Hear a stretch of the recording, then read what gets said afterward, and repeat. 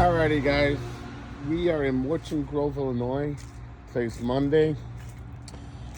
Today, we're waiting for the plumbing inspector to show up. We excavated up the sanitary sewer line, which is 8.5 feet deep. We did this Friday night. We're just waiting for the inspector to show up. I have my short in there, but I'm going to be removing it in a few minutes. And take it from there. We'll see what happens, see what the inspector says. We should be good to go.